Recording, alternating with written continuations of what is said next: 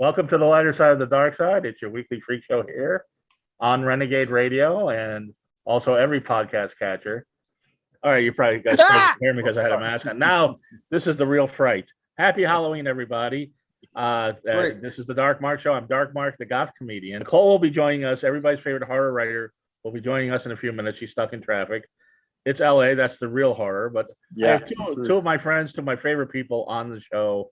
And we did this 2 years ago, pre-pandemic. And hopefully by doing this, we'll get rid of the pandemic. Say it right, scamdemic. Yeah. And we did the Halloween show. We did the Halloween show at the CIA. They're talking already. The person that said scamdemic is Carl Crew, the star of Blood Diner, The Secret Life of Jeffrey Dahmer, many other movies, and Gross Out, he wrote and directed, and the proprietor of the California Institute of Abnormal Arts, one of my favorite places to play. And there he is. Say hi, Carl. He's standing in front of the Elephant Man's bones. Hey, happy Halloween. Yeah, what's up? Don't be scared. And Carl, I remember a couple of years ago, I had this gentleman perform on my show, and you were amazed that I knew him, first off, and then I got him to perform at your venue. And with good reason. He's a comedy legend. He's one of the comedy's dirtiest dozen. He's been all over the place. He's been many movies. He used to open for Richard Pryor. He used to referee matches for Andy Kaufman. He used to write, I think, for Famous Monsters magazine. He was on Unsolved Mysteries. The man's done everything, and he's just getting started. It's my friend Joey Gaynor. Hey, Joey. Hey, how are you, Mark? How you doing, Carl? And hi, everybody out there. Welcome, the legendary Joey Gaynor, to the Halloween program.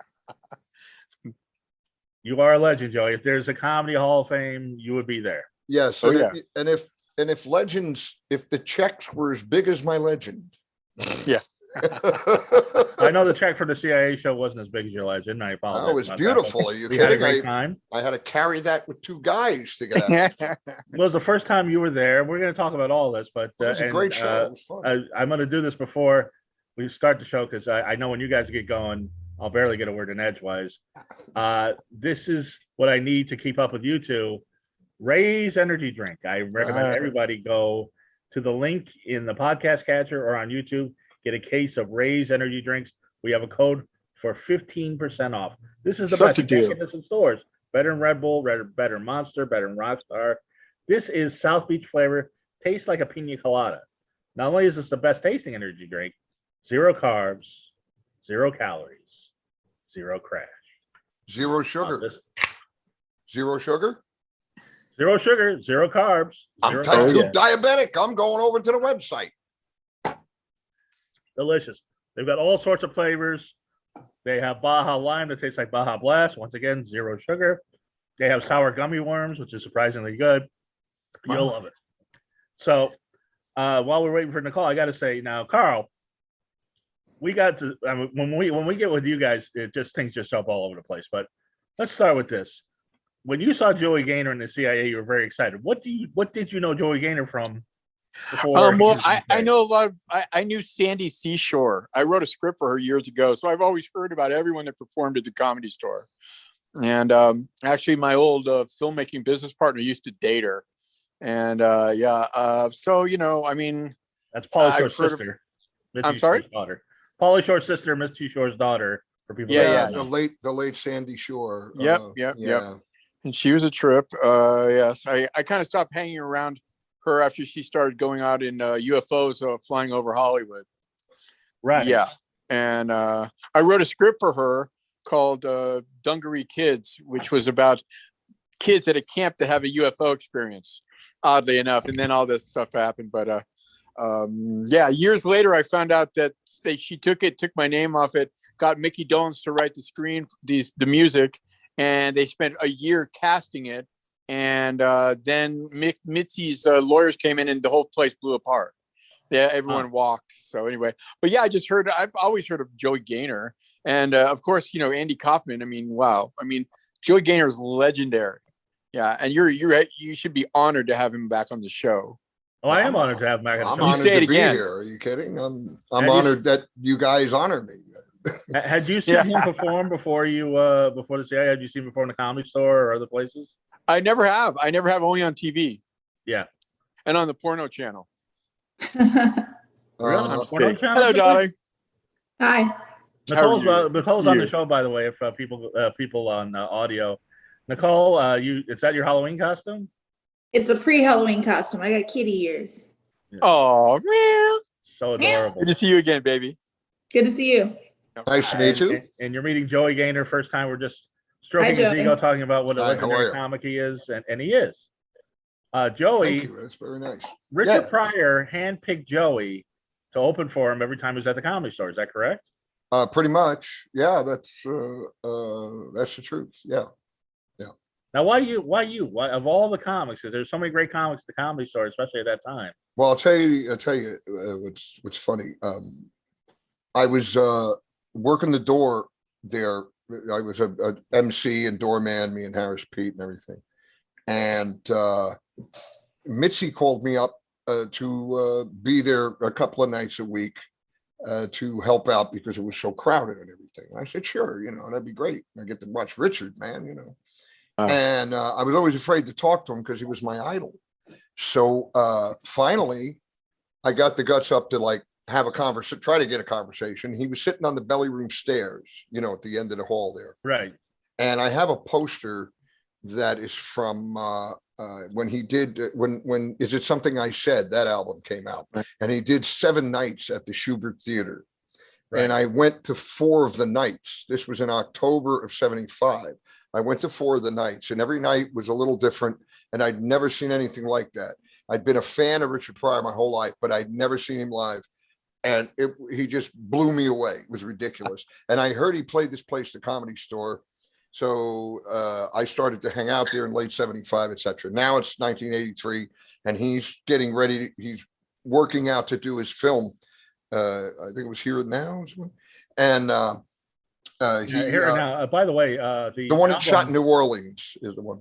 The poster that you had, it was anything like the album cover. The album cover was something I said. Right, they're about to burn him at the stake. Yeah, that's exactly what the poster. Surrounded by Ku Klux Klan members. Right, and guys in hoods and everything, like they're going to chant Gregorian chants, Right. So I took the poster and I walked up to him and I said, Mr. Pryor, I saw you at the Schubert. Would you sign this? And he took it and went, oh, motherfucker, how'd you get this? I said, well, I took it off the wall. Oh, all right. And he's signing it. And I said to him, out of nowhere, I blurted out, I remember seeing you on Merv Griffin when I was a kid, and Fat Jack Leonard came out, and you came out and sat down. It was right after the race riots. And Fat Jack Leonard was going, yeah, Richard, I know you hang around with those Black Panther guys. You all get together. It's a bunch of guys, I don't know what's going on in there. It's kind of weird. And you turned to Jackie Leonard on national television and you went, hey, Jackie, man, let's get something straight. I'm not a fag, all right? So stop debating these things. This is the Black Panthers. It's black is beautiful, And Jackie Leonard went, I said, you shut him up. And I was imitating Jackie Leonard, and he hands me the poster, and he goes, motherfucker, you remember? That's right. He used to say, cut that shit off. You remember? Oh, my God. What's your name? And we started the immediate friendship. And that's so cool. It was like, for me, it was making friends with Babe Ruth or Hank Aaron or Wilt Chamberlain, any great Robert De Niro, whatever. And I learned a lot from him. He taught me a lot. I mean, it was just a great relationship. I wish I'd have been a little more aggressive in the relationship, and maybe I'd have worked with him more, but I used to be mousy about that because I didn't want to bother people. Well, he wouldn't have you around if you were bothering him. You didn't want to bother him, yet you went up to him with a poster of him being fake. Right. I wound up working with him for 6-7 months, so. Now, Joey, I had you on the couple years ago. Yes. At a couple times at the CIA, and I know that you're into ghosts, you're into weird stuff, you're into monsters, you're into old horror movies. What was your reaction when you walked in that place? Which one? The California Institute of Abnormal Art. Oh, my reaction was like this is the circus that never leaves. I walked in there and I start looking around, and when I saw the clown, the mummified clown, I'm not a big clown fan, but when I saw that, Are you scared of clowns? yeah, I don't want them in my face. That's called coulrophobia. Yeah, there's something about it. I mean, do your thing, but don't get right in front of me. I just don't want that. Although I'd hang out with the members of KISS, that's no problem. Right. But not a clown blowing Not a bunch of balloons. clowns. Come on. Yeah. Insane Clown Posse, would you hang out with them? Who? The Insane Clown Posse? No, because they wanted to be wrestlers, and they caused a lot of problems. They shot a photo shoot here at my place, so I got to meet them one time. They were pretty nice to me. No, I'm sure they were pretty good guys. I mean, they used to be on Howard Stern and stuff, and they were so crazy. And then they got involved in ECW wrestling, and they were getting thrown all around. And I just said, well, these guys are really crazy. I mean, the wrestling shows I did, which was at the old it was in Los Angeles. It began with an M. It's in the tip of my tongue. It was in Los Angeles. It was a Johnny Legend stuff. Yeah, the Johnny Legend stuff. I'm trying to remember the place we should do it at. I mean, celebrities were coming down to see the wrestling show because we had bands on the show. And I know I'm getting old because one of the Insane Clown Posse has to retire because his heart can't take it anymore. Well, yeah, it's possible. I mean, those guys were crazy. I mean, I'm sure they did plenty of weird drugs too. Nicole, what was your reaction when you stepped into the CIA for the first time when I played it a few months ago? I thought it was really cool. Like, I thought it was a very unique sort of Eastern, interesting place. Now, Carl, tell us what's behind you, how you got that.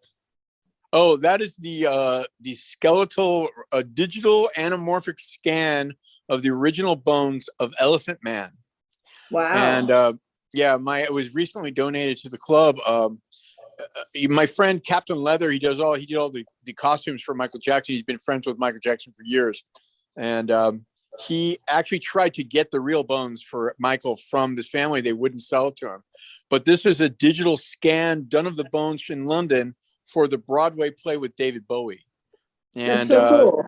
I know the producer, he donated it, this and a case from the 1800s with the 3 original books for the Elephant Man and also the playbill from David Bowie. So yeah, very cool. That's really cool. Yeah. I'm really happy. I am my tour with the good old Joseph Merrick. Of Joseph Merrick, not David Bowie. No, David Bowie comes on at the end. Yeah. David Bowie did the play with no makeup. Yeah, I know. Yeah, no, I don't know if a lot of people know that, but that's bizarre. Yeah, that's called true acting. From what I understand, I never got to see it. And from what I understand, it was one of the greatest performances. It was one of the greatest performances on stage. Wow. I read reviews. I actually got to meet David Bowie one time, and it blew my mind. I was downtown shooting a movie called Underachievers. We were downtown LA, midnight. I mean, this is with Garrick Morris and Barbara Carrera and all these crazy people in it. Eddie Albert Jr. And I saw that you were in that movie, and I know I've seen the video box. Yeah, we played 2 gay gangsters with the guy who co-starred with me in Blood Diner. We got in there. That's where I got my Taft-Hartley from doing that film. But it's midnight. We're on lunch. We're downtown LA. And he goes, yeah, come on around the corner. I'm going to introduce you to somebody. I go, okay, whatever. Walk around to this dive bar, closed. There's 2 people in it. And we walk in, and there is, what's his name from, what's his name? He's from King Crimson. The guitar player, Adrian Ballou. No, not Fripp. Robert Fripp? No, the other guy. Adrian not Robert Ballou. Fripp. No, not Robert Fripp. It was the other guy. But anyway, really Adrian famous. Ballou is who you're talking about. Who? Adrian Ballou? No. He played with Bowie. No. This is from King Crimson. But anyway, there he was. And he goes, yeah, and that's David. I walked right up to both these guys. I've heard their music all my life. There was David on the stage, a little stage right there. And I've listened to him since I was 16, I'm like, whoa, but I didn't fawn. I was like, thank you so much for your work. That's all I said. And he was very nice to me and very cool. It was very amazing. It was like a dream. I can't even believe that it actually happened, you know. But it was cool, man. It was cool. My friend was in the my co-star from Blood Diner was in the video Days In, Days Out. And that's what they were shooting there the next day. Yeah. So it was kind of cool. By the way, Joey, did you know we did Bigfoot wrestling at the club?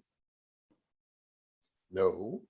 Yes, they set up a giant wrestling ring in the whole main room, and all the superheroes and Bigfoot would wrestle. See, it was on Twitch, and they started here, but they went huge. They went into some other huge. It was hilarious, man. It was so good. Your place reminds me of where we did the wrestling shows, which I just finally got the name in my head. Hollywood Moguls.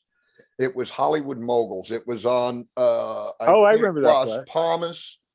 Not Las Palmas. It was like a block over from Las Palmas, and it had 4 rooms in it. And what we would do because Eric Shaw, not Eric Shaw, that's a different wrestling promoter. That's a different guy. Eric Caden, who owned Hollywood Book and Poster, was partners with Johnny. And we would have one room would be all monster movie and movie memorabilia and stuff. Another room, somebody like Ian, the British Ian Whitcomb would come down and do a little concert in that room. And then the wrestling show would start. And then bands like Big Sandy and all these other bands, London After Midnight, would go on in between the wrestling matches. And one night it was so crazy. Well, it was amazing who would come down there to see this stuff. One night I'm up there doing L. Ron Farrakhan, talking about unity through division. And if we could I'm doing my whole spiel. And it felt like a truck fell on me. And I feel a big arm over my shoulder. And I look, and it's, God rest his soul, Chris Farley. Wow. He got so into it. He grabbed the mic, and God bless him. He'd had a few, and he went, this man's doing God's work. And he with one arm as big as I was like 230. He was crushing me with one arm. And here's one of my favorite. Hey, and the guy just was, and then he went on Saturday Night Live a couple of weeks later, and he did a wrestling bit, and I was like honored. I said, "Yeah, there you go." So cool. And I love you for that either. And unfortunately, a couple of months after that, he passed away. And but we, L. Ron Farrakhan, unfortunately, had a skinhead following. Yeah, I wonder why. And they would show up. The skinheads would show up, and they'd buy anything I had to sell. I was at I'm going to finish with this. I was at the 99-cent store, and I found these red, yellow, and green Mercedes-Benz hats. And they had Mercedes-Benz on them, the emblem. I found 20 of them, so I bought them for $1 a piece. I sold them for $20 each and autographed them as the official hat of L. Ron Farrakhan from Administer L. Ron Farrakhan. And I sold like a Comic-Con before there were Comic-Cons. Yeah, I sold all of them. They lined up to get them, and I signed them, and it was a great time. We had a great time at that. That place is gone now too. A lot of that's gone. Now that was what street was that on? I think it was. Did they build an apartment building over that? I think they did. It's gone. It was either on. That's actually where we shot some scenes of Blood Diner. Probably, because there was a lot of room. There was a big room where you could do wrestling. Club Dread. We had Club Dread there. Yeah, and I remember they built a big apartment building over it. Yeah, that's so funny. But go ahead. Chris Jericho, who's has AEW wrestling now, which is huge on TNT.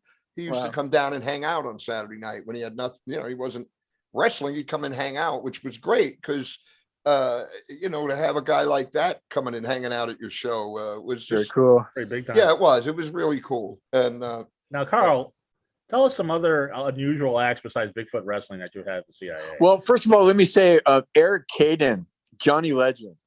Okay, I'm hearing these names from the past.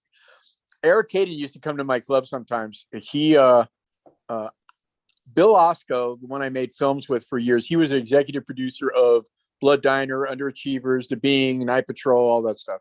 But we got together, we made films for 15 years after that. That's why the director hates me. Yeah, there's her ex-husband. But we took over the Ritz Theater on Hollywood Boulevard and ran it for a year. That was right next door to Eric Oh. Caden's, Yeah. So, but the guy from one of the producers from Blood Diner, he has all the movie. He owns all the Herschel Gordon Lewis, all the Nude on the Moon, Doris Wishman films, all the exploitation films. He owns them all. And actually, Weird Videos, got them all, licensed them all from him. But that's what we would show at the Ritz Theater. We show the weirdest exploitation films we could possibly find. Yeah. And actually, we did it for a year, and we turned it over to Eric and Johnny Legend when we left. Yeah. But there was a lot of funny stuff that happened. We found these presents wrapped in the basement, for Christmas, and they're empty. So we would go just out of boredom. We'd sit in the lobby and we'd put a present on the street and time how long it took for someone to steal it. I should have shot it. I should have filmed it. It was so funny to see people walk by, and then they walk by again, and then go, bam, and it would be gone, just little stupid stuff like that. But actually, I screened Gross Out there. We were show Gross Out every Saturday night just to get it out there. And I had Kevin Thomas, LA Times, huge comic, or a huge critic. And he was nice enough to come down for a private screening. And I'll never forget, I was there and I couldn't unlock the turnstile.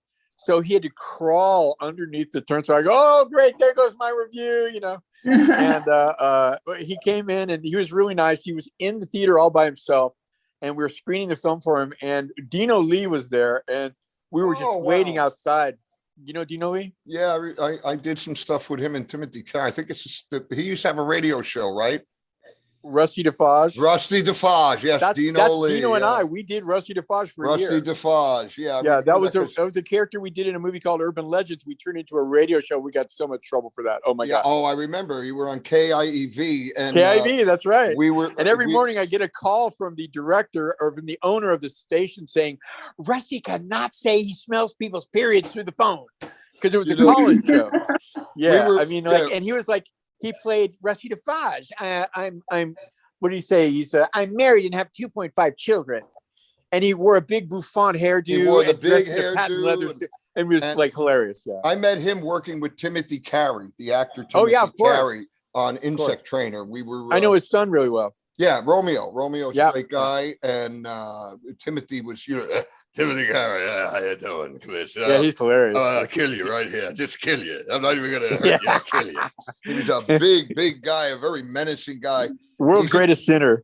Yeah, world's greatest sinner. And one of his best things is Paths of Glory, because he literally steals the movie. Wow. I don't want to give it away, but see the movie Paths of Glory. And okay. It's amazing. You two are in the same circles, know the same people, and you only met 2 years ago. Yeah, it is amazing. I can't believe you know about Rusty DeFage. I'm trying to get Dino to get all the old tapes. I have a page on Facebook, a tribute to Rusty DeFage, and we're trying to get all the old tapes. We got so much trouble. See, I traded commercial time. What I would do is I'd go out to stores, I'd walk in, get their brochures, I'd go right to the station, have commercials cut, and go right back and say, I can do this for this amount of money. Bam. I kept it on for a year that way.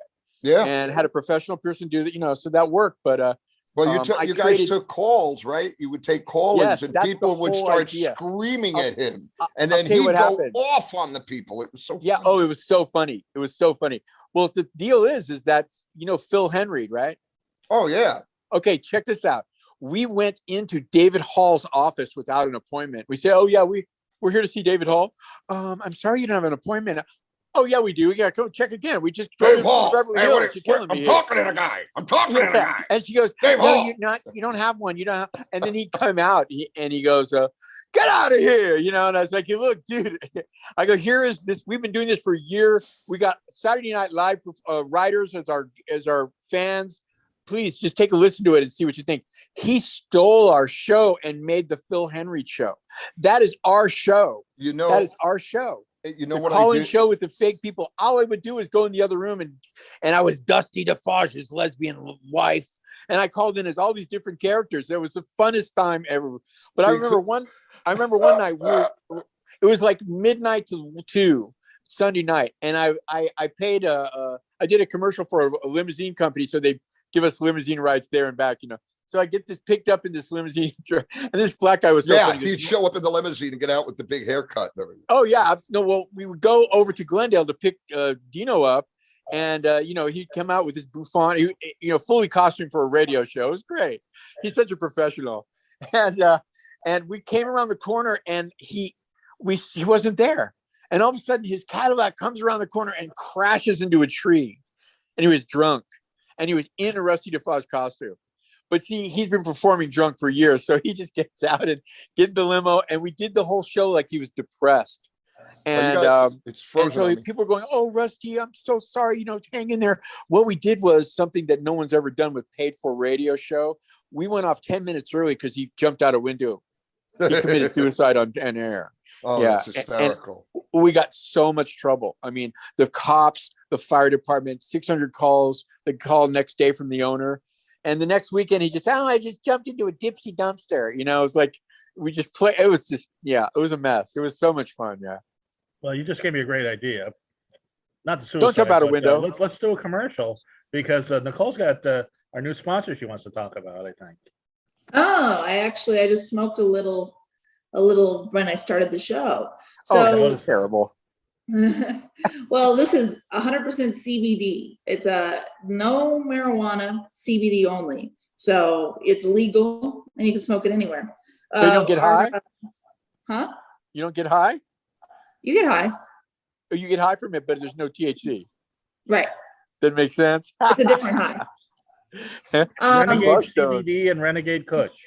Yep. Made by the makers of Renegade Radio. There you go. Not only do they have things to relax you and get you in the mood, as you can look at Nicole. Nicole, say something. Something. Well, I've been looking at Nicole since the show started. You guys keep quiet. Nicole, say one thing. I was just explaining that I get shipments of it, and I get to test it out, and it's all really good.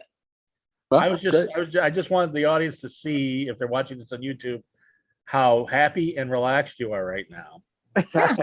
And tell them about the bath products too. Oh yeah, the bath bombs are amazing. They're so soft, and they just relax your entire body. And so CBD bath products, gummies. Yep. And gummies, white chocolate. I'm still waiting on my white chocolate delivery. I was hoping to be here in time for trick or treating. And then regular milk chocolate, and they're very delicious. Wow. They also do sugar-free products. So everybody go to renegadecbd.com or renegadekush.com, and you can be as relaxed and happy as Nicole is right now.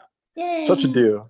So speaking of not being relaxed and happy, Joey, I just watched and speaking of YouTube, I just watched the Unsolved Mysteries you were on. About the Comedy Store being haunted.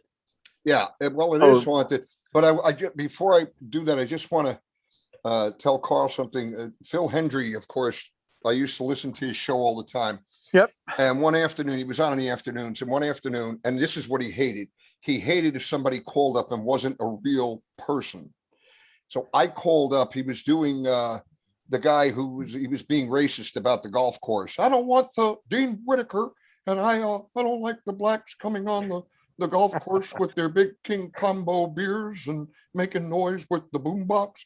So I called up and said I am the groundskeeper at Cheviot Hills, and this man is a damn horror.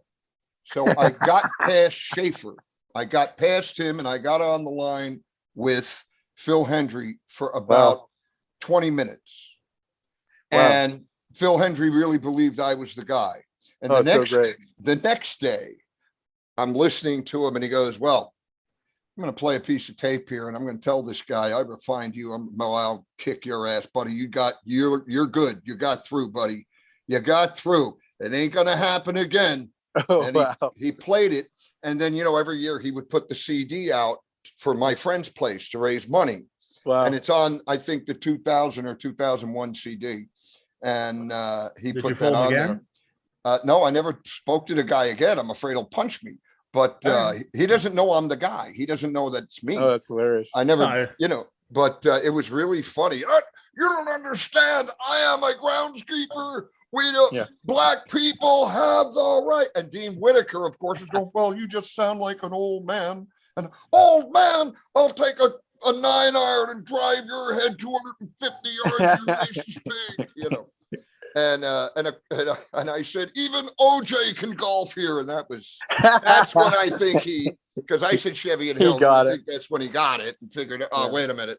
But anyway, at the Comedy Store, tell me about that.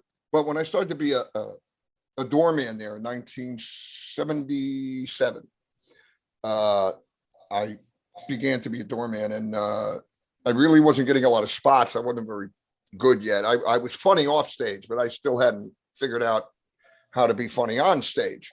So I would get some spots here and there, you know, and do the Mondays and everything. And Mitzi asked me to work, do I want to be a doorman, which would afford me dropout spots and things like that. So this one particular night, I asked if I can close up. I said, sure. And they show me what to do. Here's where the lights are. Lou Deck showed me where all the lights are and everything to close up. This was long before it looks like it does now. It was still Art LeBeau's next door, the old rock and roll club, and which used to be Ciro's. And then I'll tell you why there's a reason the ghosts are active when I'm there. At least I believe so. So Art LeBeau's is where the main stage is now, and that used to be Ciro's. Right. So it's the end of the night. Everybody's gone, and I go in the back. And it's there's nobody in the club. I've got the key to lock up. Well, I didn't even have keys. It was just close the doors. They locked on their own. And I go in the back and I reach and I can't feel the lights. So I go in there for like 10, maybe 20 seconds, 30 seconds. And I can feel the light switches and I turn all the lights off, the marquee, all of that. I come out and I'm looking. This is right off the left of the stage. If you walk up on the stage, and then you would go to your right, and then there's the lights. And at that time, and I come back out, and there, the chairs were stacked to the ceiling. Wow! Just like a pyramid going up. And I didn't say anything. I just ran out of the building, shut all the doors, ran out of the building. Another time, I did the same thing. I closed up, and there was one other guy in the building. He was in the other room, and I shut the lights in the main room. And as I come off stage and I'm walking back to go to where the kitchen is to go back into the Comedy Store, because it was still Art LeBeau's, that as I'm walking, the chairs began to move in front of me, just literally like slide in front. And I ran out of there. And but the reason, and then there was a lot of activity when I started to work there all the time. Me and Harris P to be smoking cigars, which apparently cigar smoke in Santeria is they use it to bring the spirits. And well, we don't know that. We're walking around doing gangster dialogue from 30s movies, 40s movies. Hey, you dames, better get those trays out, and all that stuff. Now I go to find out now all of a sudden there's a bunch of activity going on like they've never had before. And I mean, there was stuff happening in there that it just so many things. Me and the late Louis Lista would be leaving. He was the bar manager, and we'd be walking out, and we'd close the back door, which now leads to sacred ground there. And we'd close the back door, and there'd be a pounding on the door immediately. Wow. I mean, a pounding like bam, bam, bam, bam. And I went to open the door, and no, don't open it. And I'm like, no, open. And then the foul smell, and we got out of there. And a few years later, around 82, I was talking to my uncle, who was, his name was Dominic Sonny DeFalco. And he was a major ticket broker, but he was also known as a bookmaker. He was a known bookmaker, gambler, etc. And he sits me down and he says, so you got ghosts at the Comedy Store? That's funny. He goes, yeah, I used to go there when it was Ciro's. I said, yeah, I would imagine you did. It was a big nightclub. He goes, oh, yeah, I used to bring, what's his name? The gangster. Al Capone? No. The guy the guy that, Jesus Christ, I'm getting old. I can't remember names. They made the movie about him. Sean Penn played him. It wasn't Mickey Cohen. It was Mickey Cohen. Jesus, right? And right. He said, I was a bag man for Mickey Cohen. I used to pick up the bets from Sinatra and Dean Martin and all these other celebrities at the studios, and then bring the money to them. This was like in the 50s. I said, really? He goes, yeah, I was, and Mickey Cohen died in, I think, 75. And one time I worked for my uncle in a ticket office down in Anaheim when I was like 20, and the phone rang. And, now, hello, Troy Tickets, da-da-da-da-da. Yeah, this is Mickey Cohen. Is Sonny around? Oh, no, you got to get him at this number, Mr. Cohen. Da-da-da-da-da. And I didn't know who he was. I don't know the history of California gangsters or anything. It just, this guy sounded like, hey, And then my uncle called me and said, hey, thanks for, you know who that is, don't you? I said, no, that's Mickey Cohen. And I'm like, oh, great. Now the FBI is going to come to my house. So tell Nicole and Carl what happened when you went to the basement. Oh, in the basement. Basement of the Comedy Store. Down in the basement. You're not supposed to go down there. No. Well, now it's a podcast room and everything. And who told you you're not supposed to go down there? Well, at the time, it wasn't a good. Me, I tell everybody, don't go down there alone, because look, in the basement of the of Ciro's, on that side where the original room is now in the Comedy Store, in the basement, it was dark, dank, and there's a room all the way to the back. In that room, and it's documented, Frank Senes, who owned Ciro's, which was at that time in the 40s and 50s, a hangout for mobsters, as well as celebrities, everybody. I mean, that's who mixes elbows in Hollywood. Yep. Still to this day. Ask any coked up actor. But anyway, you'd go in the basement. Like the 50s was like I Love Lucy. Like they would have like a big band and a whole thing, and everybody would dress up. It was a night out. Right. Martin and Lewis would be there. Sinatra was there. Sammy Davis. Everybody played Ciro's. Ciro's was the Hollywood spot. Right. Right. The way the Roxy is now for a band to showcase. Okay. So Frank Senes, there were showgirls. They would do the floor show. And Frank Senes had a retired nurse down in the basement to take care of two things. If there was a fist fight and somebody got beat up or shot, bring them down here, see if you could get fixed up. Or if a gangster or celebrity knocked up a showgirl, she could go downstairs and abort the baby. Wow. Now, one night we did a seance in the main room. There you go. With Sam Kinison. Oh, and it's a really loud seance. Well, no, we heard a baby cry. And they heard a baby cry. I left. I didn't want to do the seance, but I've heard the baby. Who was there doing the seance? They're all dead mostly. Fred Asparagus, Sam Kinison, Carla Bow, a couple of other people. I'm just thinking of Sam Kinison like screaming at the ghost. Come on, come on, come on! No, they were very serious. They got serious, and I didn't want to be in that. Get out of here, you fucking asshole! Something. Well, like that. No, I love Sam. Here's what happened to me in there that was one of the most amazing things. First of all, one time me and Blake Clark and Eddie Merrill went down in the basement, and suddenly we're walking around, and all of a sudden, like this black entity, this shadow just comes up out of the floor, and we're looking at it, and I stuck my hands out, and they got as hot as fire. And Blake said to me, my palms, and Blake said to the thing, what do you want? And there were name plates stacked that they would use in La Jolla to put in the window. They slide them in that. And the nameplate went bam on the floor. And when he picked it up and turned it over, it was his name. It was Blake Clark. Wow. So we got the hell out of there. We went up, we got out of there. See, these are not, I don't know what happened. Oh, there you go. All right, these are not dead people that are haunting this place. Huh? They're not dead people, spirits that are haunting this place. We don't know what's haunting the joint. I'll tell you what. Well, I can tell you what's haunting the joint. If anyone's done a seance, they've opened a portal. Oh, okay. Believe me, I can tell you, Carl, what's there. You see, Monday nights was potluck night. And hundreds, thousands of people have gone through there on those Monday nights, all desperate to get discovered. And what does an evil entity love? Anxiety. It prey on the ego of the intimidated or whatever, the fearful.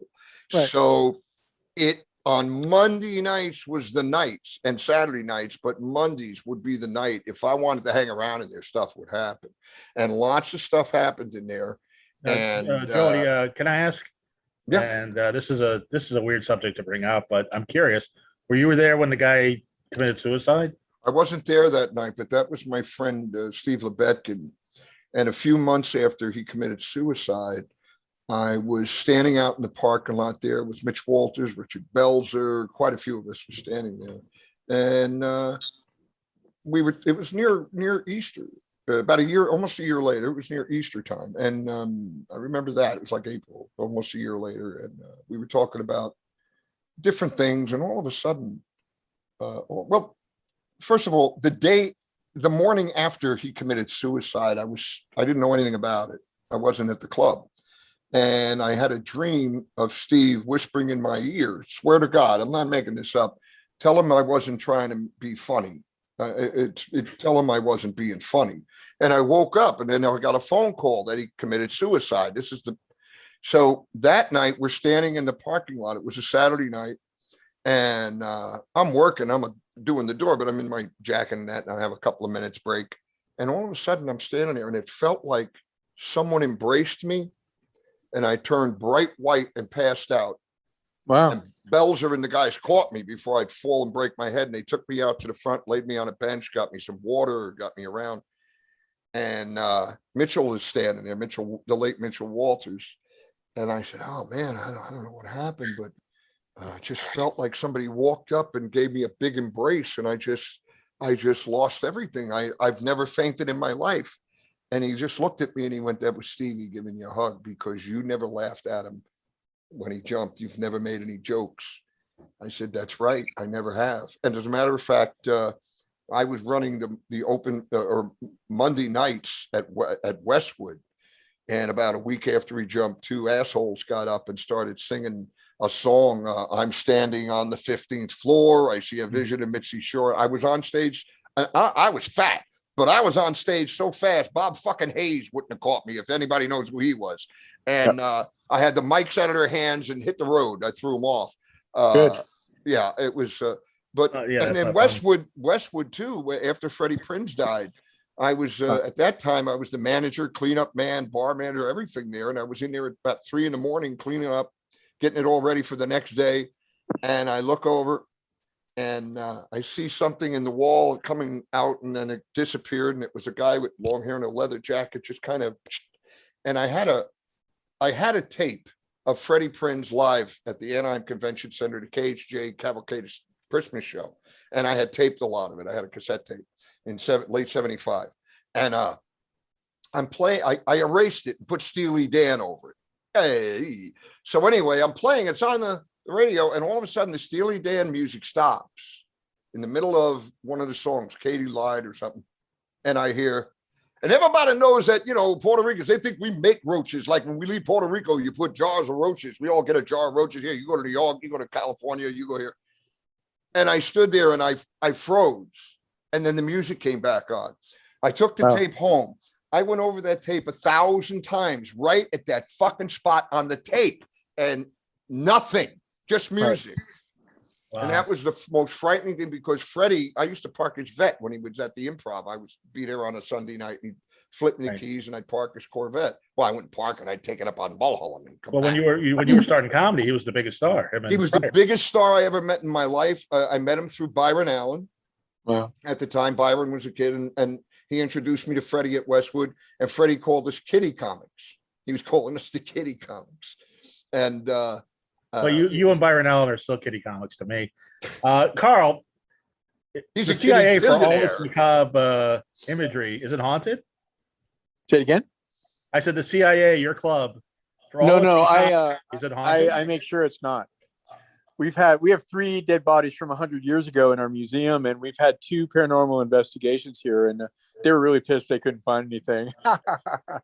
There was one lady. She was for Erie, California. She's a very nice English lady, and she had a cameraman and another girl, and she was just mystified where she went all over by my dead clown, the 2 dead Chinese magicians. They just couldn't find anything. See, but first of all, when people say they want to do a paranormal investigation, I have rules. Okay, you can't use a Ouija board, you can't use a scrying mirror, you can't use any occultic objects. You can't do that. Sorry. You can use cameras that detect electromagnetic radiation, that's fine. But anything else, baby, Papa don't take no mess. Joey, why are you giving the thumbs up to that? What, because I don't know. Because all of that stuff is going to open up doors you can't close. Well, I can't close them, but I don't mess. You don't need mess. it. But no, this is the deal. So they were backstage, right? And the cameraman was behind her and her friend, and they were walking down the hallway of the backstage in the dark, and don't turn around. There's 6 eyes looking at you from right up there. And she turned around, oh my God, there they are. And they got closer and closer. And it was a mirror ball. Hello. But the deal is, when they came back out on stage, there were orbs. Now, when people do ghost investigations, child, they bring stuff with them. It follows them. Yeah. So, I mean, when they leave, like I say, Papa don't take no mess. Believe me, I have ways of cleaning this place, and it's not sage. That's their favorite scent, by the way. Yeah. Oh, I'm going to sage your place. Oh, don't do that. They'll love it. Get out of here. These are not dead people spirits. Dead people do not haunt the earth. These are basically demonic entities that love to fool you, like, well, I went to that seance and I heard Aunt Millie's voice and I heard her little dog barking and I could smell her perfume. It must be her. No. Well, these are entities that have been around for thousands of years. No. They know exactly what it's going to take to suck you in. What happens? You're right. I mean, you can't. It's a big hoax. Like biblically, God forbade the occult in the Bible. Why did he do that? Because you're opening yourself to deception. Exactly. From who? The father of lies. Hello. So any entities that are working with him, they're all a bunch of liars. They've had thousands of years to make this fabric of lies. Well, this goes back before Christianity. Oh, really? You're going to go back before? You can't predate the creator, baby. Yeah. No. Look, I will tell you this. I did a few years back, about 10 years ago, we did the Halloween tour of the Comedy Store. Right. The late Jeff Scott did it. He called up me and Blake to be guests on it. We did the first show. Blake did it with me. There was only a half house in the main room. But then word got out that I was on the show, and Blake didn't want to do any more of it because one time was enough for him. He doesn't like that stuff, being a Vietnam vet, etc. But he, quick plug, I'm dedicating tonight to John Zachary of Horrible Horrors. Okay. Anyway, my favorite ghoul. And there was paranormal people there. And I'm going around we're taking a bunch of people touring around, showing them things. And the paranormal guy says to me, well, now you're not wearing a cross or anything, are you? I said, I wear a cross every day. Well, the entities, I went, listen, dude, if you're stupid enough to walk into something and you're not protected, that's your problem. So then the second week, we went down in the basement, and the paranormal guy said he was there on Thursday night, and he taped some voices. And the voices were going, he's a wizard, he's a priest. Oh, his friend's coming. He's a wizard, he's a priest. No, he's a priest and a wizard. And they're going, who's he talking about? I said, well, I'll guarantee you they're talking about Sam Kinison, and his friend is coming. Maybe they knew I'm coming. So maybe that's what it is. So then that night, Saturday night, we set up a thing to record voices, and there's a crowd in there. And a lot of weird stuff went on in the basement that night. Like the sensor lights are going on and off and no one's moving. It got freezing cold down there. And I said, okay, look, you can't come home with me. That's one of the first things you got to say. You can't come home with me. You have to stay here. You are not invited. Okay. And that's one of the first things you got to say. See, Dracula can't come in your house unless you. Yeah, that's just going to say it. That's actually mythological. It's mythological, but if you tell them no, 90% of the time. Yeah. Well, actually, it's worked for me, thank God. But I protect myself. But anyway, I said, okay, tell them who the wizard priest is. Tell them who I am. And let's get this over with. Basically, it's how I said it. I went on. So he plays the tape back.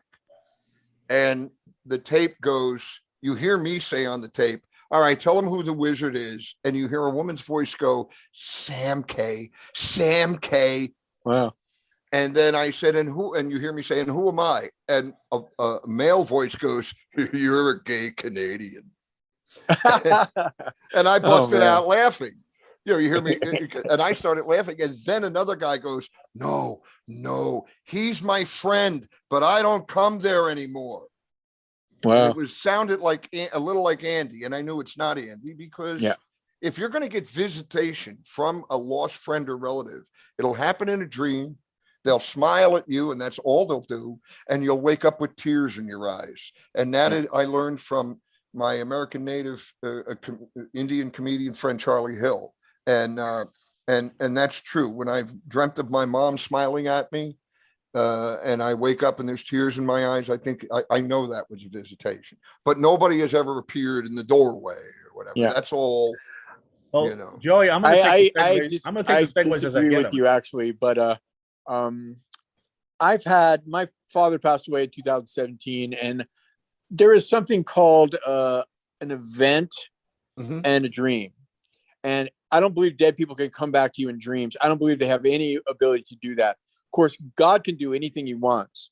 And there are things that happen that could be, it's not supernatural. It's your own beautiful memories, like your own inner dealing, how you deal with it as it manifests. That I had a dream, and my dad, I remember so clearly, it was actually 6 months ago. I was like somewhere, and I just turned around. I saw my dad walk in, when he was like 30, and he goes, "You ready to go?" And I'm like, "Yeah." I'm like, and I couldn't get out. Is this real? Is this real? Dude, it was so real. Yeah. Okay. But it was different. It wasn't a dream. It was an event. So whatever that was inside of me that created that, I don't believe that. Let's see. Hold on. There we go. Decline that call. I don't believe that. Now, let me tell you something. We don't wear a cross for protection. I don't wear a cross for protection. I wear a cross because it is symbolic of who I believe in. Well, I agree with you there. When I say protection, what I mean is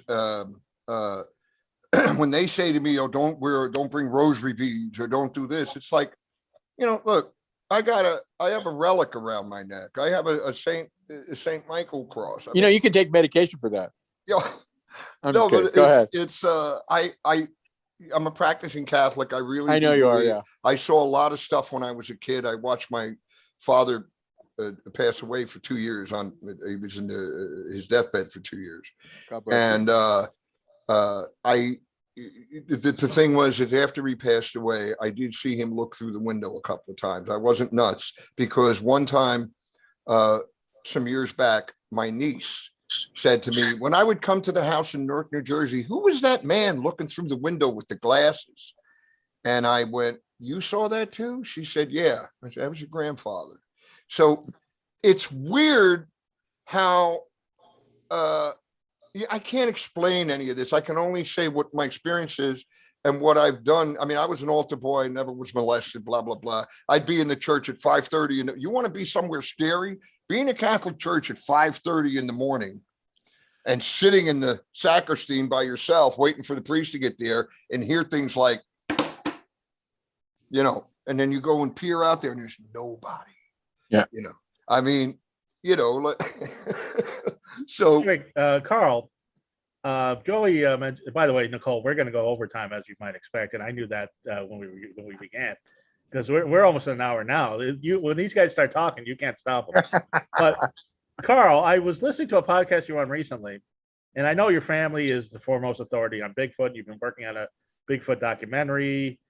No, it's a feature film. I wrote it about my great uncle. My great uncle, Jerry Crew, named Bigfoot. He took the first plaster cast in 1958 on Mount Shasta. Right. He took it into the Humboldt Times, and it went global in 1958.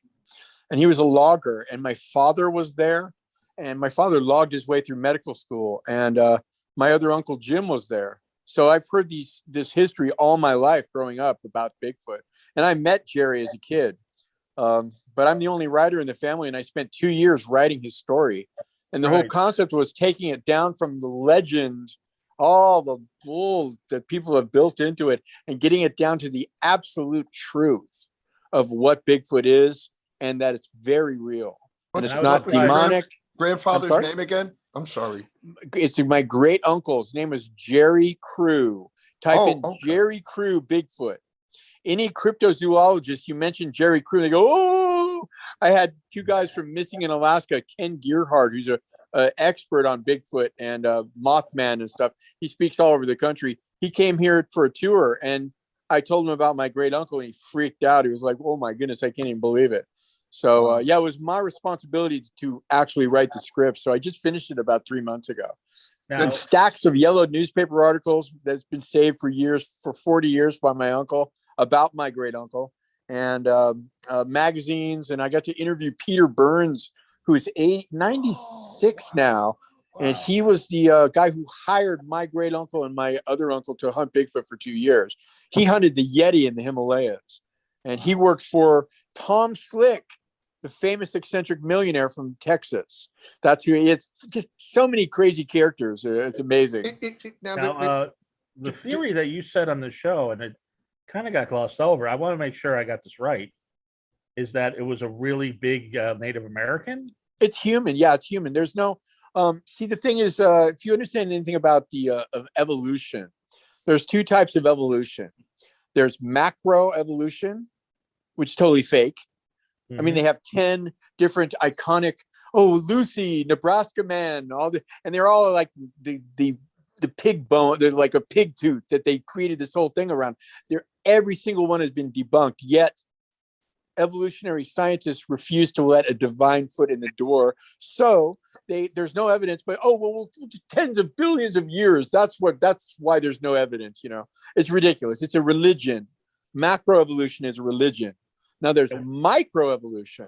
That is the adaptation of species, different, like why are the dogs in Antarctica, all covered in fur, and it's a species or an entity adapting to their environment. And in the 1700s, there's been stories about wild man in the woods for hundreds of years. But in the 1700s, there were earthquakes so big, the Mississippi flowed backwards. Yeah. And parts of Oregon, the mountains decimated, fell down and changed river courses. And the Indians back then, they didn't have any, way to communicate, like no TV, phones, anything. I mean, smoke signals, maybe, but they all went mad and they ran into the woods, and through selective breeding, basically they had to adapt to living in the woods. And, that's what I believe Bigfoot are. Bob Gimlin, my great uncle drew the map for Bob Gimlin 7 years later to shoot the famous footage of Bigfoot walking. Yeah, right. They just interviewed me on a podcast called Western Bigfoot Exploration. They were just up at Bluff Creek. I'm sorry? I'm going to, afterwards, Carl, I'm going to get in touch with you. I want to put you in touch with a friend of mine who has a Bigfoot podcast called Monstrosity. Cool. I got one coming up on the 2nd. I do them all the time. Yeah. Very cool. I love it. Did you know Gene Bell like that people from are listening to Trancas? podcast while they're on my podcast. But no, I'm sorry. I just I'm kidding, Joey. It's okay. No. But did you know Gene Bell, who owned Trancas? No. The Malibu in Trancas, the Trancas in Malibu, the Rock and Roll Club. When you go into Trancas, the Rock and Roll Club, the walls were adorned with Bigfoot plaster casts. Wow. Possible photos, sketches, maps, stories. Is it still there? No, Trancas is gone, but I don't know where Gene Bell is, but it was his collection. And he was dead serious about Bigfoot, man. Oh, yeah. Yeah. There's no question. I mean, I have one of the original plaster casts, and it's been in my family the whole time. My father used to spray down the roads because the dust was so thick you couldn't drive anything over because the dust was so thick. So he was doing that to go through medical school. But my other uncle Jim, who's still alive, he helped me a lot in this. And I also know Jerry Cruz's son Wade, and they helped me a lot in this. It was amazing. It was amazing. Carl, but anyway, Western Bigfoot Exploration did a 2-hour interview with me, the longest one I ever had, and I showed him everything that I have. And they were literally up at Bluff Creek the week before because it was the Patterson Gimlin site they actually went to. But yeah, he drew that map that ended up in their hands. So that's how they found that place. My point is this, is that Gimlin was there with a gun. And when he was interviewed, they said, why didn't you shoot it? Why didn't you shoot it? He goes, I would have shot it if it came after me, like it was going to kill me. But the reason I didn't shoot it was because it was too human. It looked human. And that's exactly what I'm talking about. Yeah. Now is this an overly hairy human, you think? Well, obviously. I mean, They're Armenian. Yeah, no, I'm kidding. No. Oh, there we go again. Who knows? Okay. So yeah, obviously they're like Robin Williams type, like body hair. Yeah, they've grown huge, and because of how they eat, and because when you get into the like syncopation with what the rhythm of living in the forest with nothing, you're the protein and the interbreeding, and like, yeah, I mean, you adapt. So that's what I really believe they are. I believe they're human, but they're just, yeah, it's very interesting. Do you believe in Bigfoot, Nicole? What? I'm sorry. Renegade CBD and Renegade Kush. Do you believe in? No, Bigfoot? I was reading a text message. I'm supposed to be somewhere right now. It's okay. You should have cut to her with a big bong. Yeah. Do you believe in Bigfoot? Do I believe in Bigfoot? Yeah. No. Oh, it's okay. You can take medication for that. You think Carl might be right that it was just a really big guy that was living in the woods? I don't have an opinion about it.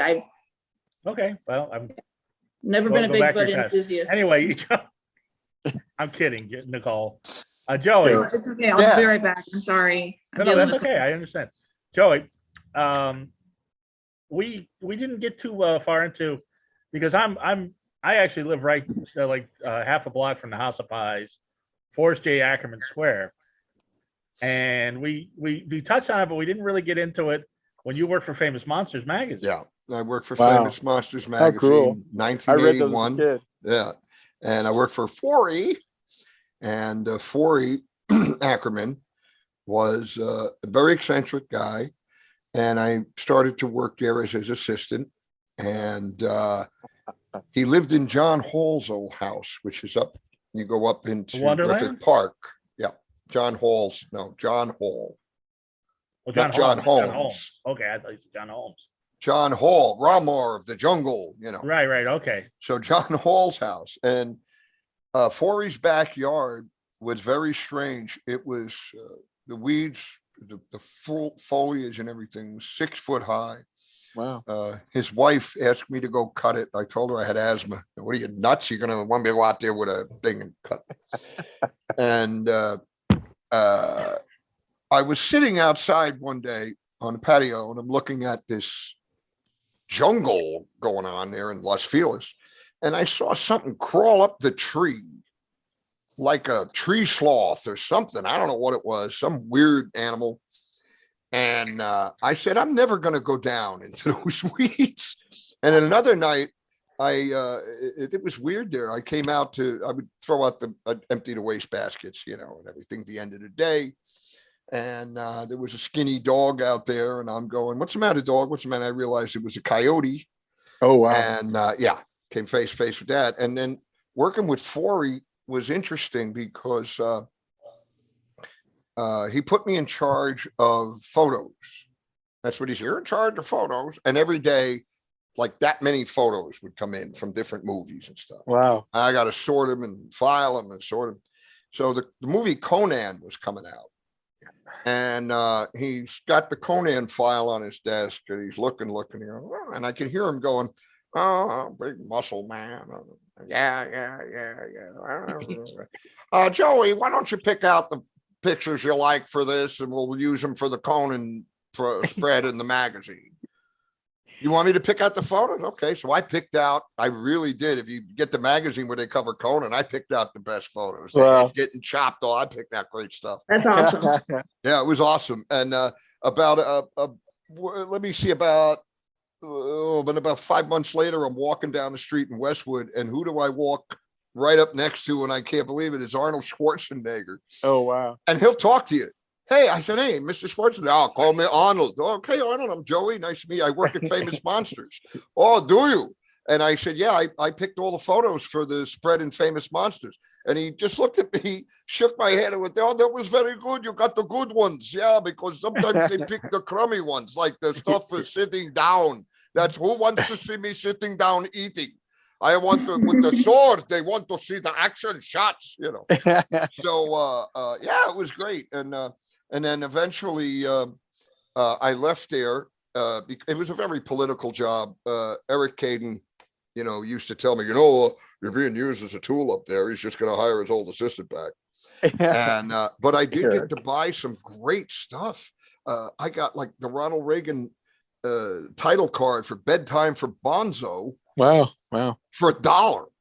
Such a deal. He didn't like Reagan. But if you took a picture from a Hammer film, like it was just a stupid photo of nothing, it was $50. He'd want $50 because it's a Hammer. See, look what I'm wearing. There you go. Very nice. Yeah, baby. Hammer films, yes. Hammer's awesome. I gotta watch more of those. Oh, yeah. I haven't seen too many. Oh, they're What would you hilarious. suggest, Joe and Carl? With the funny, like curved vampire fangs they used on all the girls. Hilarious. It's great. One stuff. time I was driving up Lancashire Boulevard with my business partner, and we pull up next to Arnold Schwarzenegger, and the window was down. I go, "Hey, Arnie!" And he looked at Bob. He thought Bob was the one that said it. He flipped him off and drove away. That's great. That's great. What's your favorite Hammer movie, Carl? Oh, I don't know. All the vampire movies make me laugh. You know, they're just they're a lot darker now that I watch them. You know, I mean, they were great as a kid. I used to watch Creature Features in San Francisco. That was Bob Wilkins. So as a kid, it was like, you know, every Saturday night, all the Hammer films they played, all that stuff. Yeah. So for me, they're there's kind only of dark now when you look at them. For me, there's only one Dracula.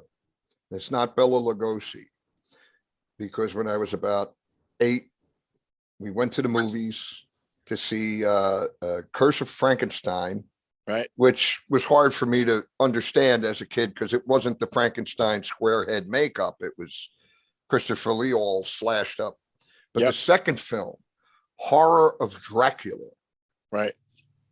In the film, when Christopher Lee makes his first appearance at the top of the stairs as Dracula, yes, you look at him and you go, "This is Dracula." Yes, I agree. I love Bella, but not even Christopher Frank Lee. Langella could be. Yeah. Horror Dracula. Okay. The He's brilliant. Brilliant in it. Brilliant. It's one of the best Dracula films ever. And he made a lot of them after that. But for me, it's whenever there's Dracula, it's Christopher Lee. Yeah, even when I see Sauron in The Hobbit, I think of Dracula. I will. He was in a movie called Hugo, where he played an old shop owner, bookstore owner, but still you could see the Dracula. Oh, he was Fu Manchu and he was Dracula, you know? I will watch Horror of Dracula this weekend. Yeah, apparently either a ghost or my fat ass knocked down my green screen. But Carl, speaking of that, in my eyes, there's only one Jeffrey Dahmer. Oh, and that's you.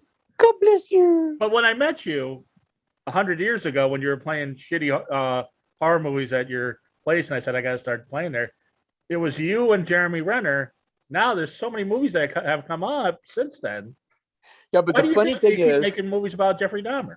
Yeah, the funny thing is we were the first, and I'm the only one that can say that Dahmer saw my movie in prison before he was murdered. Wow. I was interviewed in front of Jeffrey Dahmer's apartment door before they tore it down. And I know Anthony Hopkins went and went to that visit the apartment too before they shot Silence of the Lamb. Wow. But I would love to talk with Anthony Hopkins. He's amazing. But I was the only one I got a chance to meet Dahmer. Actually, I didn't want to, but I did talk to his stepmother. But we flew back to Milwaukee. We did Milwaukee's Talking, and we were on the show, and that's when we met all the family members. And we said, we told him about it, and it's of course there's going to be a movie made about one of the most heinous serial killers ever to live, and they're like, oh yeah, okay, but by the time we get to Maury Povich, like 2 months later, they whipped him into a frenzy. It was like the barbecue Carl Cruz show, Right. And I'm a debater. I loved it, but I got slapped. You Jeffrey Dahmer number 2. It could be worse. I mean, Carl, you are the father. It could have been worse. I wrote the yeah. Well, no, this the is theme song for your movie. I wrote the theme song thing. Yeah. This is when he was in New York. I wrote the theme song for your movie, but I don't think it ever got to you. It was Dahmer, Dahmer, oh, Jeffrey Dahmer ate my heart, twice body parts, then he fought. So I know a guy who okay, never mind. Oh man, you killing me. Like, and I've heard every Dahmer joke you could possibly imagine. Actually, when I flew back from New York after the show, I got on the plane. I was sitting right next to Dom DeLuise and Peter DeLuise. Wow. When I was 17, I interviewed Dom DeLuise at the Fairmont Hotel, which was right above the high school I went to in San Francisco. I went to a school on Nob Hill. It's a private school, and 2 blocks up was Fairmont. And I called him up one day in journalism class. I said, "Yeah, who's playing there?" They go, "Dom DeLuise." I go, "Okay, click." Called it back. "Dom DeLuise, please." They put me right through. "Hello." He answered the phone. I said, "Yeah, I want an interview. I'm doing a paper on you." So he invited us up to the show. And we went up there, and it was so funny. I took my girlfriend, Natasha Petrovna Lushikov, 6 foot tall blonde. I just talked to her the other day. Haven't talked to her for 30 years. We roared laughing. We went up there, and we took the elevator up, and we see the entrance of his suite. And he swings out on a swing that he attached to, "Hello!" And he swung back in. I was like, he's insane. He was crazy. So we went back saw the show, went back the next day and interviewed him. And then he called me a couple of days later. "Oh, yeah, I would like to borrow that tape." Never saw it again. So I confronted him on the plane. "Where's my tape?" Yeah, it was really funny. Yeah, he was funny. I loved him from 12 Chairs. That was one of my favorite movies he did. Mel Brooks. I grew up on Mel Brooks. Right. So. But it's nothing impressed a woman that like, let's go check out Dom. So nothing impressed a woman like, let's go check out Dom DeLuise. But yeah, it was just cool to get out, like we're 17 years old. I'm like, kidding. I know it is cool. But I mean, they just came. Some people have been telling me that My Friend Dahmer's pretty good, and there's these other Dahmer movies. It's like the whole thing that separates your movie, which I recommend people watch, however they can, from the other ones, is that you tell the whole story. And I know the Jeremy Renner one tells a portion of the story. My Friend Dahmer tells a portion of the story. I think these other ones kind of tell a portion of the story, but everybody says that yours is the most accurate and the most complete. Well, I literally wrote it from police interviews with Jeffrey. So 90% of the dialogue is all his words, his actual words. And,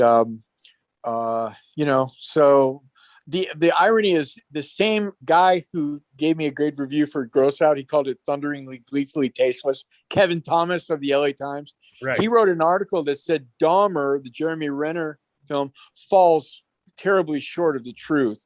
And then he talked about my film, saying it was far more accurate, even though it was very low budget. So that was kind of cool. Yeah, I love that. I'm actually writing part 2 right now. Yeah, I was going to ask you about that. So what's going to be a part 2? It's called Dessert. No. Yeah. No, it's actually it's the prison years of Jeffrey Dahmer. Oh, interesting. And there was 3 years, and he actually became a Christian in prison. Oh. He took a Bible course. People go, "Oh yeah, that's just a deathbed confession, blah blah blah." No, he took a Bible course in prison, and he was blown away by it. And he actually had the minister who had the Bible course come down and meet him weekly. And finally, he said, "Well, I want to accept Jesus, but you know what? I can't imagine that God could ever forgive me for what I've done." And he struggled with that for months. And the guy said, "No. It doesn't matter what you did. Here you are, and you're ready to just give it all over." And so he became a Christian. But then he wanted to be baptized, and they wouldn't let him be baptized. And he actually got a hold of another pastor who snuck in and baptized him. And 2 weeks later, he was murdered. Wow. Yeah. So, baby, if Jeffrey Dahmer can go to heaven, baby, well, that's a great. It's going to blow people's minds. Yeah. It's actually a faith-based movie. I kind of want to watch. It is. It really is. It sounds great. Yeah. But you'll have to hand off the role. The title is called "So As Through Fire." Wow. Yeah. Do you feel weird handing off the role to another person? No, I want to play the priest. I want to play the pastor. There you go. And I'm too old now to play Jeffrey. Yeah. I was going to say, you can, the other actor better be on top, because every review of your movie, I've told this to you before. I've never seen a bad review about your acting in that movie. It was just terrific. Well, they negative trashed it that you're- when it first came out. They trashed it. Everyone jumped on it. It was like, oh, let's attack this, you know. And but then eventually it got better reviews, and there were some people in it that I, you know, like you never promise your brother to put his girlfriend in a movie. Never do that. Never do that. Yeah. Yeah. But even the bad reviews said you were good, though. The only I know. I couldn't believe some of the reviews were really, really cool. So the only negative is that you're a bigger, bulkier guy than he was. That's the only negative I've ever seen. Yeah, but they said I was magnetic. So yeah, I still pick Well, up you are pens magnetic, that way. Carl. I can attest to that. Joey, speaking of magnetism and movies, you got to tell Nicole and our audience the Brigitte Nielsen story and tell us how she was to work with. Brigitte I did a movie called Galaxis, and the reason I show this is the Greek videotape release, the PAL release. Okay? Wow. It's called Galaxis, or the original title was Terminal Force. And they changed it because there were 18 Terminal movies coming out at the time. Everybody had Terminal. So I got the part with Freddie Asparagus. The director is the guy that did all the special effects for Army of Darkness, Bill Mesa. Wow. And this movie, it's amazing. In the movie, I have a Greek name. I play Razor Stavros. I'm the henchman of Freddie Asparagus, who's the bad guy. He plays Victor. It was Victor Menendez, and they changed it to Victor Menendez because of the Menendez trial. It's like, choose the name. Anyway, the movie came out, and the company went bankrupt. It was very funny, and it came out. The movie actually came out on videotape 2 days before my mom passed away, so she got to see it. Wow, it's unbelievable. But when it was in France, in Greece, when it came out, because I'm the only character in the movie with a Greek name, Stavros, last name. It comes out in Greece on PAL, okay? And on the back, for the first time, other than Comedy's Dirtiest Dozen, because we're all in the box. Right. There I am, okay? I'm treated like a co-star.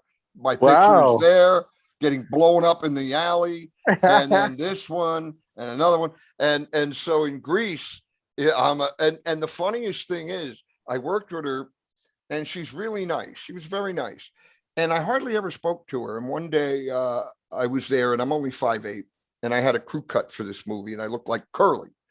And I'm standing there, and she goes, you. And I went, yes, Miss Nielsen. She goes, come over here. And I'm like, all right, start a movie. I walk over. She goes, you never say hello. You never say nothing to me. I went, well, you're busy. I don't want to bother you. Oh, come here, little man. And in front of the whole cast, she does a Jane Mansfield, Mickey Rooney, and just crushes me into her chest. And when she finally let go, I turned around and I went, it's great being 5'8". Like 2 days before we're going to wrap on the movie, her husband at the time was a race car driver, and her son was there, and they had a dog. And the dog, it was important. That's her dog. I mean, she loves her dog, and the kid and looking for so the dog disappears. They don't know where the dog is.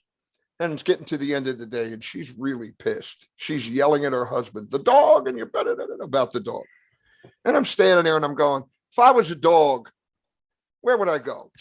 And I said, I know where the dog is. So I went over to where we had eaten dinner. Yeah. And all the tables are there, and the cast supper, or whoever it was, they left with the trailer, but all on the ground or, pieces of bread, whatever. And there's the dog. Yeah, of course. So I just walk over and I go, come here. And I pick the dog up and walk back with the dog. And again, right in front of her husband, grabs me, slams my head in her chest. And I turned around to the crew again and I went, good thing I'm not wearing platforms. So it was great. It was great working with Freddie Asparagus. It's the only movie we got to do together. We only got to do 3 things together that actually ever aired. One was a cable access show. That was the last thing we did. The other thing, and Freddie Asparagus, for those who don't know, is the bartender in Three Amigos. That's everybody knows who that is. And Baby Hernandez in Havana. But we worked as a team for a long time doing stand-up, doing comedy. Very, very funny. Ferry was great. He was a very funny guy. And we did that movie. The only other thing we got to do, which was great, was Jonathan Winter's special for Showtime, Jonathan Winter on the Ledge. I was going to ask you about that. I'm glad you brought it up. Yeah, and we got to be in it. We got there, and Jonathan had a thing where he was like Spencer Tracy or Barrymore. 6 o'clock, I'm done. Whether we're done with the scene or not, I got to leave. And Freddie and I are there all day. And I'm not going to name the actress. When you see it, you'll realize she has not 1 ounce of improv skill in her. And she's shooting. And I'm looking at my watch, and it's 5:45. And it's 5:50. 7 minutes to 6. 5 minutes to 6, she finishes. Jonathan comes over to us and he goes, because we're dressed to do the wrestling characters. I get my manager stuff on. Freddie's all set. He goes, so you guys are wrestlers, huh? You jump on each other's nuts? And I'm like, well, let me explain something, Mr. Winters. And we start doing it. The AD comes over and goes, it's 6 o'clock, Mr. Winters. And he goes, well, guys, I love to play with you, but I have to go. Oh, wow. So we left. Now, In the middle of the scene. we weren't shooting. They were setting up. Oh, you rehearsed? Wow. And no, we were just improvising with him. Right.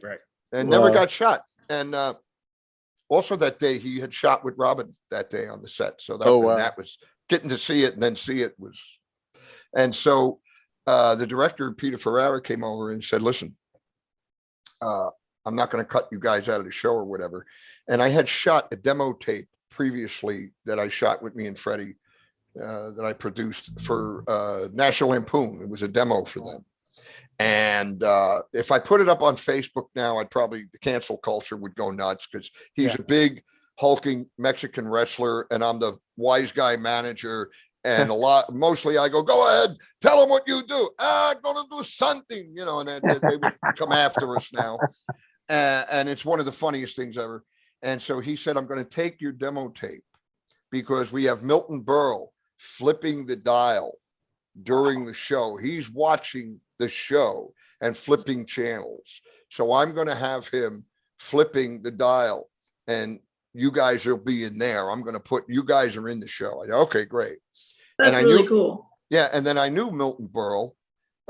He was again, I've been around forever. But he was such a great guy. And when I saw him about a year later after it came out, I walked up and I said, hey, we on the Jonathan Winters show. And without missing a beat, he goes, oh yeah, you and the Mexican guy. Why didn't they use more of you? I said, well, Jonathan has to go home at 6 o'clock. He goes, yeah, I know. If it was me, I'd have stayed till 6:02.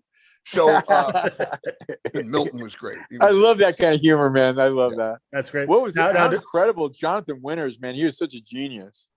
Jonathan, I had a little store on Hollywood Boulevard in 1981, the M&J's movie where I sold 16 millimeter and 8 millimeter sound films and stuff, family stuff and movies. Oh, cool.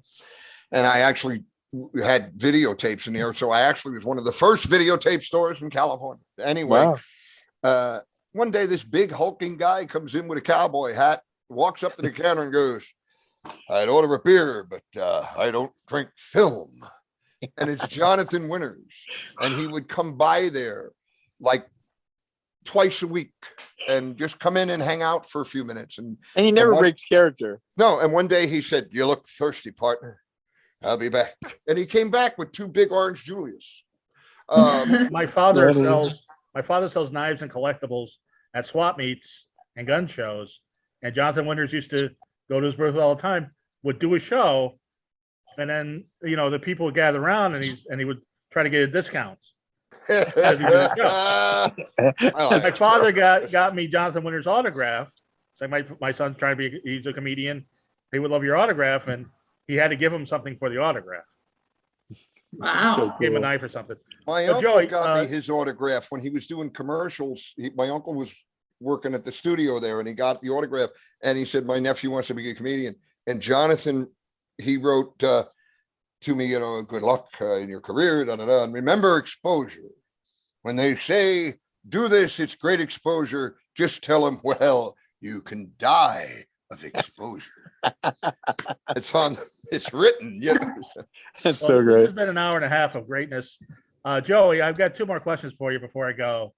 I wasn't there. I don't know nothing about the whole Cilantro thing. No, Nicole, between 2 years ago and now, it's been 2.5 hours. We've barely scratched the surface. Joey, I can tell. Did you ever see Milton Berle's dick? Oh no. I wish I'd have been there when he and Hunts Hall had the contest. If Nicole in our audience don't know, he's supposed to have one of the biggest dicks in Hollywood. Apparently, him and Hunts Hall were tripods. Hunts Hall was the guy on the Bowery Boys that went, Right. Yeah. Great, funny. Because I actually found out from our mutual friend Steve Pearl, the great comic. Oh yeah. That Mort Saul died this week. Yes, Mort Saul passed away. I used to see Mort Saul in Tarzana all the time. He used to love this barbecue joint that was down the street from my house. Did you ever meet Mort Saul? I met Mort Saul a couple of times. Very nice guy. It's funny because I also met Jackie Mason once. Wow. And he was, you're a comedian. Oh, it's great to meet you. Hey, And then I saw him coming out of the theater, and I said, how's the play going? And he goes, what do you care? You never show up. You should show up. You're not doing nothing. And embarrassed me in front of my family. He's so great. I've heard Jackie Mason stories, yeah. I heard that when Frank Sinatra was going out with Mia Farrow, they went to a Jackie Mason show, and he started roasting them. And then some guy punched him in the face 2 days later on the orders of Frank. No. That was Shecky Green. Was that Shecky Green? Okay. It was Shecky Green. And what happened was, with the way I was told the story by the late, great Joey Villa, who was friends with Sinatra. And I also knew a couple of I knew Sinatra's ex-bodyguard and stuff. It's a long, we ain't got enough time. You ain't got enough days for that story. Anyway, what happened was the guys went up and started roughing, and Shecky Green was no punk. He's fighting back. Right. And he went in the pool, and Sinatra, that's why Shecky Green says, Sinatra saved my life. The guys were beating me up and they threw me in the pool, and Frank went, hey, get him out of there. So, and that's what happened. Get him out of there. He didn't want him to drown. So apparently that's how the story went. And, it was so funny because when Frank Sinatra died, any Italian actor or Italian you knew, you say, hey, did you hear Frank Sinatra died? And it was like, hey, I don't know nothing. I was at the track. They got murder on their mind, Well, so, you said Shecky Green. Speaking of dead clowns, my last question is for Carl. Carl, you have 3 corpses at your club, the California Institute of Abnormal Arts. Yep. Why is the clown so much better preserved than the other 2? And you're an expert because you're a mortician. Well, he is hermetically sealed. It's airtight. It's been hermetically sealed since 1912. And I constantly have to clean the glass on top. But I recently had a couple of docents from a museum come over and help me clean the whole casket. And they were shocked because they could still see nose hairs and ear hairs. And most of his last request was that he would always be on display. So they sealed him in there in clown makeup in his Shriners Parade outfit from 1906 in Detroit. Yeah. But most of the makeup is absorbed. You can still see it. But they saw nose hairs and ear hairs. And he's incredibly well preserved as opposed to the other 2, which looked like death warmed over. They're embalmed with ginseng and mercury. And the other one is pure mercury. So, he's embalmed with mercury and arsenic. But he's hermetically sealed, so he looks great. Well, I'm gonna call that a show before I start talking about Joey and Carl's nose hair and ear hair. Joey, how do people get a hold of you? You can reach me at Joey Pipes, Pipes at gmail.com. JoeyPipes at gmail.com. Or you can reach me through Commercial Talent. That's my agent. If you want me to represent your product. And Joey, he's great. And you could reach me. That's my email. Anybody could email me at that. And I answer my emails. I actually sit there like an idiot and answer them. You too can book. Not like an idiot, but I say you two can book a comedy legend, you out in the audience. Yeah, that'll be great. Well, I do have some shows coming up very soon that I'm excited about. And Taste on TV Network, I will be doing a show on there, and I think it's debuting right now. I'm not on tonight's episode of Off the Cuff Cooking with Craig Mitchell, but I will be on there soon. Taste on TV. So I'm a Gordon Ramsay nut. I love all his hilarious. There's pure comedy. It's great stuff. And Carl, how do people get a hold of you, and how do they rent or to take a tour of the CIA? Well, that's what we're doing a lot. We're doing private tours these days. A lot of shooting. We do a lot of shooting, and private tours. If you want a private tour, you have to arrange it in advance. And you can call the Institute at 818-221-8065, and Facebook CI Abnormal Arts. You can go on there and get the number too. But we do private tours, and it takes like about an hour and a half to get through everything. And we give you smelling salts at the end. Yes. And clown nose is required. Yeah. So if you want to set up a private tour, you can, it's between like 2 and 8 people at a time. Yeah. And we're doing a lot of them. So yeah, we end up on the remains of Elephant Man, but after going through the whole mess. Yeah. Now, can Nicole get in with her kitty ears or no? Oh, she can always get in, baby. Okay. Thanks. And Nicole, how do people get a hold of you? I'm at Nicole6Books on Instagram. Yes. And I'm Goth Comedian on all social media. Guys, let's do this again in December. I got a studio in Silver Lake. I'd love to do this in the studio. Yeah, so we're not talking that much over each other. And Nicole and I will sit there, and you guys can be the raconteurs that you are. Everybody, happy Halloween, and have a wonderfully creepy week. Bye. Stay safe and God bless. God bless you, child. Amen.